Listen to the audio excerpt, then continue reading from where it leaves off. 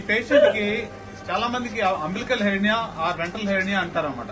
పొట్ట ముందుకు వచ్చి ఉంటుంది.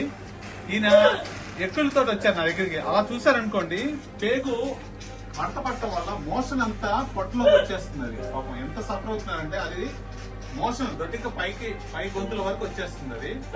సో దానివల్ల ఎక్కుళ్ళు రావడం అలాంటివన్నీ ఉంటాయి. చాలా మెడికల్ ఎమర్జెన్సీ. ఇదంతా చూస్తే కింద నుంచి రావాల్సిన మోషన్ పైనుంచి వస్తుంది అనమాట.